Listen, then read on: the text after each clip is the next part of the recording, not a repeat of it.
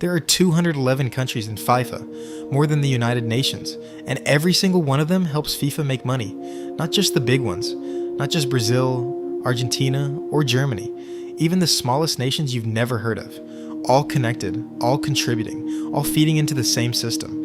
And here's the part almost no one questions. FIFA doesn't own clubs, it doesn't pay players, it doesn't even run most of the football you watch every week. Yet somehow, it sits at the very top, controlling everything and making billions. So the real question isn't how FIFA makes money, it's how it makes money from every country on earth, without actually playing the game. Because once you understand this, football stops looking like a sport and starts looking like a global economic system. This is the capital game, the business behind the game. At first glance, it all seems obvious. FIFA organizes the World Cup, sells broadcasting rights, signs sponsors. That's where the money comes from. Simple, clean, predictable.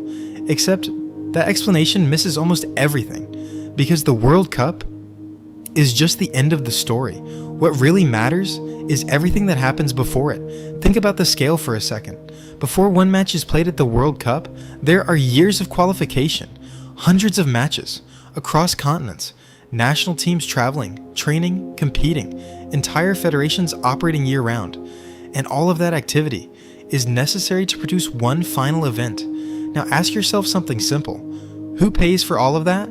Not FIFA. Countries do. Federations do. Sometimes even governments do. They invest in stadiums, youth academies, staff, logistics. They develop players, organize leagues. They keep football alive at the local level. And all of that effort feeds into a system they don't control. That's where things start to shift, because FIFA doesn't generate football. It organizes access to it. There are 211 national associations under FIFA. Each one represents a country.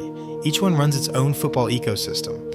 Local leagues, national teams, youth development, all independent on the surface, but all connected underneath, because if you want to play internationally, if you want recognition, if you want to compete at the highest level, there's only one gateway, FIFA. And once you're inside that system, you don't really have a choice, because leaving means isolation. No international matches, no tournaments, no global relevance, so every country stays in, no matter the cost, no matter the return.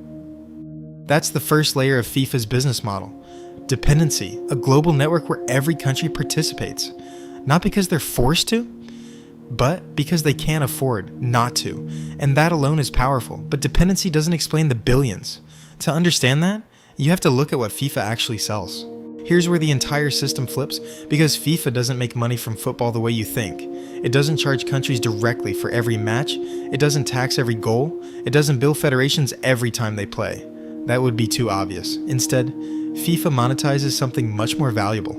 Attention. Global attention. Billions of people watching, reacting, caring, across different cultures, languages, time zones, all focused on the same moments. That's the real product. And no event concentrates attention like the World Cup. It's not just a tournament. It's one of the largest media events on the planet. Bigger than most sports leagues, bigger than most entertainment events, a global spectacle that stops entire countries. And FIFA owns it completely. Broadcasters pay billions just for the rights to show it, not because they love football, but because they want access to the audience. Sponsors pay even more.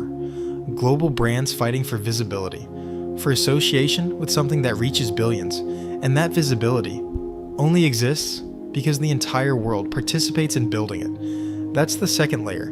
FIFA doesn't need to monetize countries directly, because countries create the product that FIFA sells. Every qualifier match, every local league, every youth system feeds into the narrative of global football. It creates players, rivalries, storylines. It builds anticipation. It builds meaning. So when the World Cup finally happens, it's not just a tournament. It's the culmination of years of global activity funded by everyone else. Now here's the uncomfortable truth. Most countries don't make money from the system. They spend money, they invest in infrastructure, they develop talent, they organize competitions, all for a chance to participate.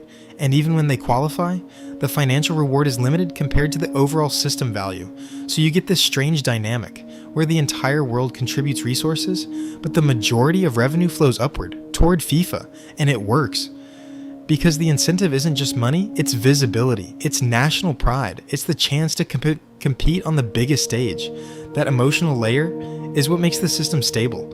Because if this were purely economic, many countries would question it. But it's not. It's emotional, cultural, political. Subscribe to understand the business behind football. Now think about what that creates. If FIFA controls the biggest stage in football, then it controls access to global relevance.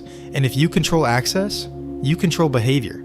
Federations follow FIFA's rules because the alternative is exclusion. No international matches, no tournaments, no visibility. And for many nations, that's not an option. So compliance becomes automatic, not because of force, but because of dependency. And this is where FIFA's position becomes almost untouchable. It doesn't just organize football, it defines what matters in football. Calendars, regulations, competitions, everything flows through it. Even the richest clubs in the world still depend on international competitions, still depend on player visibility, still depend on global narratives shaped by FIFA events. So while clubs generate billions locally, FIFA controls the global layer, and that's where the real scale is. But there's still one piece missing, because controlling attention explains revenue, but it doesn't explain why FIFA's margins are so high. For that, you have to look at who pays the biggest costs, because this is where the model becomes almost unfair. FIFA doesn't just centralize revenue, it pushes costs outward, far outward. Think about what it takes to host a World Cup. Massive stadiums, transportation systems, security, infrastructure, entire cities being reshaped. Countries invest billions, sometimes tens of billions, just for the opportunity to host. In some cases, even more. Qatar reportedly spent over $200 billion preparing for the 2022 World Cup. $200 billion. Let that sink in for a second. And yet, FIFA didn't pay for that. It didn't build the stadiums. It didn't fund the infrastructure. It didn't take on the financial risk. It arrived, organized the tournament, collected the revenue, and moved on. That's the third layer. Global participation, centralized monetization, externalized cost. A system where countries invest heavily to create an event they don't own, and the organization that owns it captures most of the value. Now, to be fair, host countries do gain something: tourism, exposure, international attention, sometimes long-term infrastructure benefits, but those returns are uncertain. The costs are guaranteed, and in many cases, they don't fully balance out, which raises a deeper question. Why do countries keep doing it? Why keep investing? Why keep participating? Why stay in a system that isn't equally profitable? The answer isn't just economic, it's strategic. Football is more than a sport. It's soft power, it's identity, it's influence on a global stage, and FIFA controls that stage. So even if the financial return isn't perfect, the political and cultural value can be enormous. That's what keeps the system alive. That's what keeps countries inside. And that's what makes FIFA's position so strong, because it doesn't rely on one revenue source, or one region, or one group. It relies on the entire world.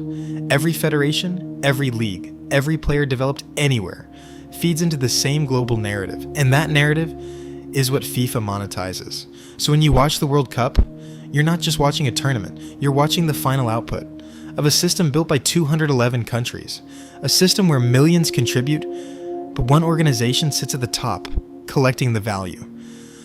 And the craziest part, most people never see it. They see the goals, the celebrations, the drama, but behind it, there's a structure quietly generating billions.